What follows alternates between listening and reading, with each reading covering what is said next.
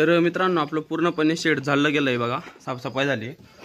तर मित्रांनो आज व्हिडिओ बनवण्याचा एवढाच उद्देश होता की एक कमेंट आली होती मला, काल रात्रीचा विषय आपण बोकड पालन टाकला ना, तो व्हिडिओ व्हायरल गेला आहे।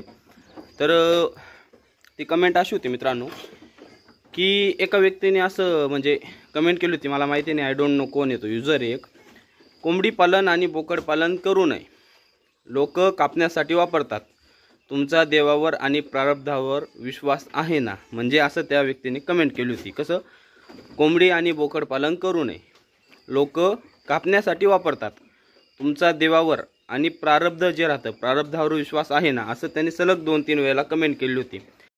आणि एका व्यक्तीने असे कमेंट केली होती की बोकड पाळू नको, नरकात जाणार।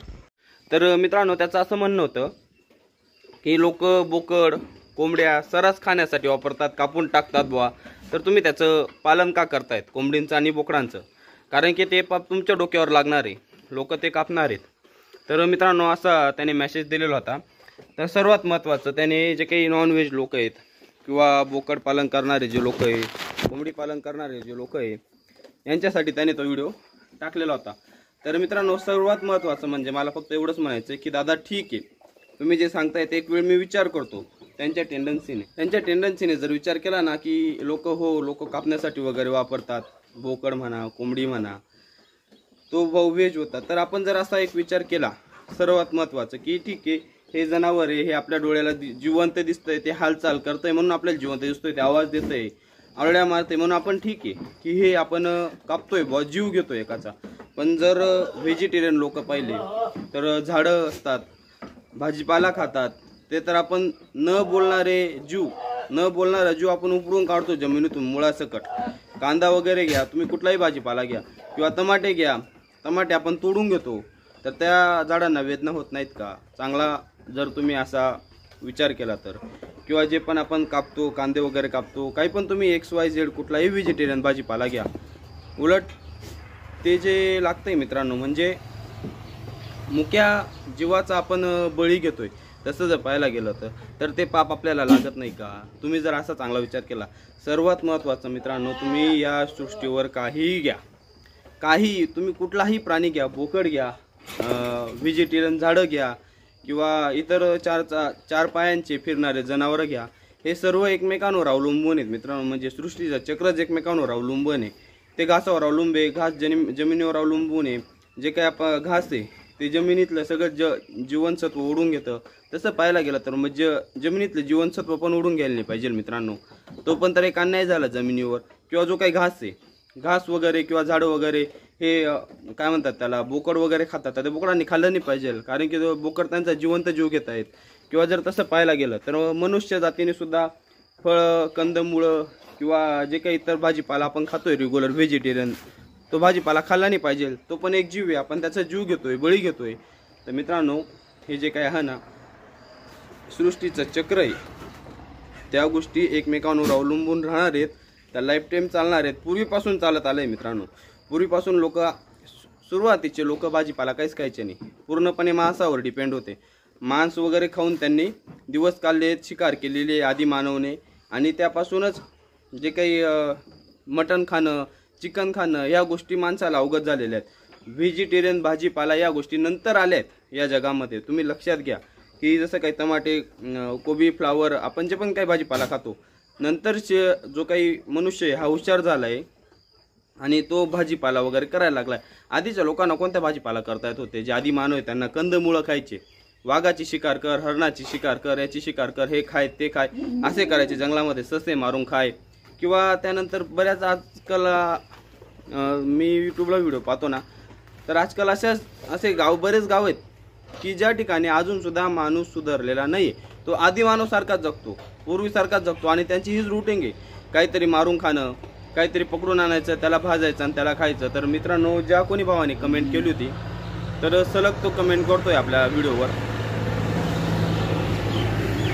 सलग म्हणजे 4-5 वेळा त्यांनी कमेंट केली, मी त्याला कमेंटला चांगला रिप्लाय सुद्धा दिला की दादा मग खायचं तर नेमकी खायचं काय, आणि त्याला हे सुद्धा सांगितलं होतं की व्हेजिटेरियन लोक पाप नाही करत आहे का।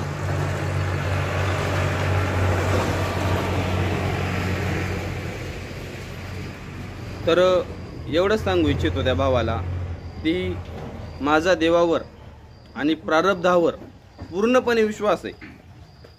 नीट ऐका, देवावर आणि माझ्या प्रारब्धावर पूर्णपणे विश्वास आहे. जे काही बोकड आहे हे जे मित्रांनो एक सांगू इच्छितो, हे जर लहानाचं मोठं मी करतोय बरोबर आहे, त्याला चारा टाकणं, खुराक घालणं, खाऊ घालणं, तो आजारी पडला तर त्याचं सगळं त्याची आईसारखी काळजी घेतो एक प्रकारे मी, तर त्या बोकडावर माझा पूर्णपणे हक्क आहे. बरोबर आहे. त्याचं काय करायचं हे मी ठरवू शकतो. तेवढा हक्क तेवढा अधिकार आपल्याला देवाने दिला आहे. जर त्याला आपण पाळून पोसून मोठं करतोय तर त्याला विकून कटिंगसाठी विकू किंवा पाळण्यासाठी विकू, त्याला विकून आपण आपली उपजीविका भागू शकतो. हां, आपला कोणत्या गोष्टींवर हक्क नाही.